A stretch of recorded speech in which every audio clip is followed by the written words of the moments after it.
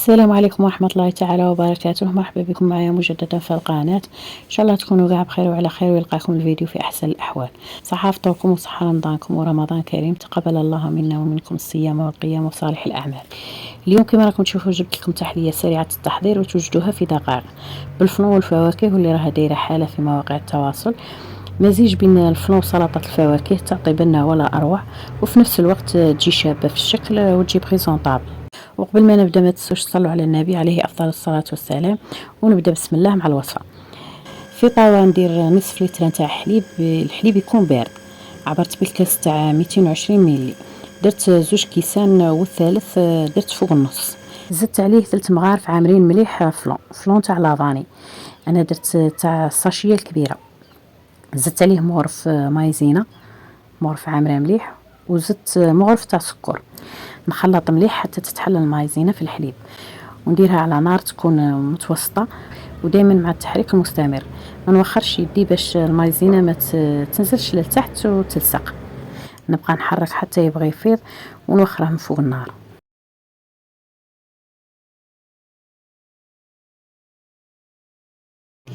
ومباشره نوزعه في الكؤوس اللي كنت وجدتهم من قبل، نوزعه بالتساوي. نصف لتر حليب دارت لي 5 كؤوس، اذا كانوا عندكم كؤوس صغار دير لكم حتى 6. نوزع كما قلت لكم بالتساوي. كنعمر هاد لي فيغين نعمرهم تقريبا اكثر من النص، ونخلي شويه، نخلي حساب باش ندير الفواكه من الفوق. نديه ندخله للفريجيدار، نخليه يبرد مليح، يبرد غايه الغايه باش نكمل معكم بقيه الوصفه. نجو للفواكه. كما راكم تشوفوا عندي حبه حبه من كل نوع، عندي حبه تاع بنان وحبه تاع تفاح وحبه تاع كيوي وشويه من الفراز. اللي كان عندي درته، وانتم دائما نقول لكم ما تقيدوش بواش درت انا، ديروا اللي يكون متوفر عندكم واللي تقدروا عليه. هي بكل انواع الفواكه هي تجي شابه وتجي بنينه. غسلت الفاكهه نتاعي مليح كما راكم تشوفوا، ونقطعها قطع صغيره. كي نقطعوها مربعات صغار تجينا غايه خير من نقطعوها كبيره.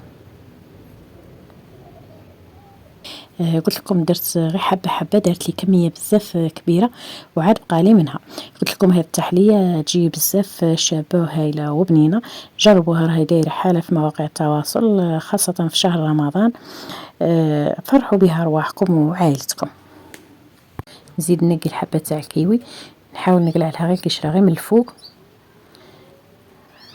ونزيد حتى هي نقطعها كما قلت لكم، نقطعها مربعات صغار تجينا شابه في التحليه.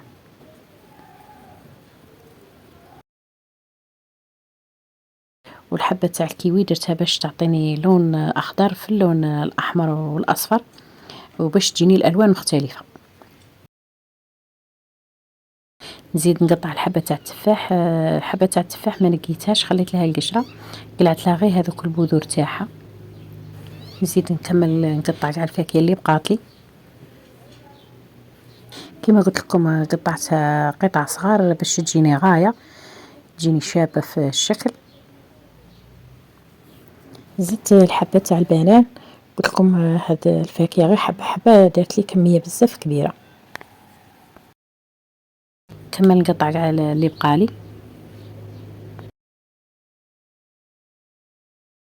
من بعد جبت طبسي فرغتها فيه البنان مع التفاح مع الكيوي مع الفراز.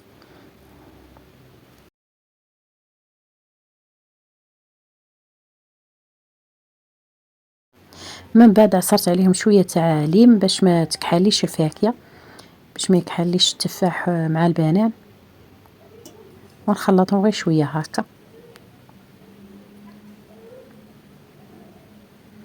من بعد جبت الفلون تاعي اللي كان برد مليح، خليته 2 سوايع حتى ديك الطبقه شدت روحها مليح. وجبت صالاد دو فروي اللي كنت وجدتها، نحط الخليط تاع الفواكه على الطبقه نتاع الفلون اللي كانت بردت مليح وشدت روحها باش ما تتخلطليش مع الفواكه. نحاول نوزعها مليح على الكؤوس، نوزع هذيك الالوان باش يجيني المنظر تاع الكؤوس يجيني شباب. نوزعهم غايه الغايه، ما نخليش غير لون واحد في كل جهه، نوزع اللون الاحمر مع الاخضر في كل الجهات. نخليهم بجهه ونولي للطبقه الثالثه اللي باغا نديرها فوق الفواكه. جبت طاوة من جديد، فرغت هنايا، فرغت فيها كاس ونص تاع ماء بارد، ماء عادي بارد، بصح من بعد انا زدت كملت النص الاخر، صافي درت زوج كيسان، ماء بارد. جبت ساشيه صغيره كما راكم تشوفوا تاع فلون بذوق الفاني، وندير حتى طبقه من لاجولي فوق الفواكه. وهنا انا كما قلت لكم زدت الماء، الكاس الثاني، النص نتاع الكاس الثاني زدته الماء، كملته. درت صافي زوج تاع الكيسان، خاطر هنايا الساشي تاع الفلون جاني بزاف. نخلط مليح حتى يذوب وندير على نار متوسطه، ومره نحرك حتى يبدا هاد لاجولي لمرحله الغليان. نطفي عليه ونخليه يبرد شويه، وعاد نفرغه فوق الفواكه. كي خليته دفا فرغته على الكؤوس. قلت لكم ما نفرغش وهو حامي، خاطر الفواكه تكحال. وتاني ما خلوش يبرد بزاف، كي يبرد بزاف يتجمد. نوزع على الكؤوس حتى نغطي كاع الفواكه، نحاول نغطيها مليح، خاطر هاد لاجولي تشد الفواكه وتحافظ على الالوان تاعها. شوفوا هنايا اللون تاع الفلون ابيض شفاف، يميل للون الاصفر، خاطر درنا الفلون تاع الفاني. نتوما الا درتو فلون من لون اخر ما يعطيكمش هذا اللون الابيض اللي يميل الاصفر. بالنسبه اللي يجيهم الفواكه حامضه تقدروا تزيدوا فيه مغرف تاع سكر، مغرف تاع سكر ديروها في لاجولي، في الفلون هذا في الطبقه الاخيره، هكا باش تعدل لكم الحلاوه. نخلي التحليه تبرد مره اخرى مليح حتى تتجمد الطبقه تاع لاجولي وتولي متماسكه باش تنتكل بارده. نتوما تبغوا تزينوها، تزينوها من الفوق بكريمه الشونتي، وتزيدوها قطعه من الفواكه اللي درتوها باش تزيدكم جمال الكؤوس تاعكم. لكم الاختيار. انا اكتفيت بهذا الشكل. انا جبت مغرف باش نوريكم الشكل تاعها من الداخل. كانت هذه هي التحليه تاع نهار اليوم، بنصف لتر حليب وشويه فلون وشويه فاكهه، وحتى الطبقه اللي من الفوق درتها غير بالماء، لا عصير برتقال ولا عصائر اخرى. سهله وسريعه وتوجدوها في دقائق تفرحوا بها ارواحكم.